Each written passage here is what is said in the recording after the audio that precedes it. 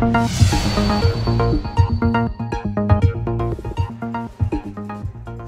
kapuso, binaha po ang ilang bahagi ng Europa dahil sa malakas na ulan.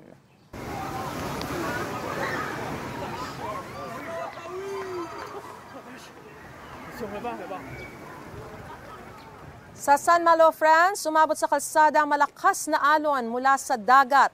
6 na administrative regions of France ang isinailalim sa yellow alert dahil dyan. Nawala naman ng kuryente ang bahagi ng Southeast France. Nagkaroon din ng malawakang pagbaha sa Italy kasunod ng malakas na ulan. Sa isang video ng Civil Protection Department ng bansa, may isang kinailangang i-rescue ng maipit sa baha. Dahil sa baha, pinalilikas na ang mga residente sa ilang rehiyon ng bansa. May isang naitalang nasawi nang tangayin umano ng ragasan ng tubig ang kanyang sasakyan.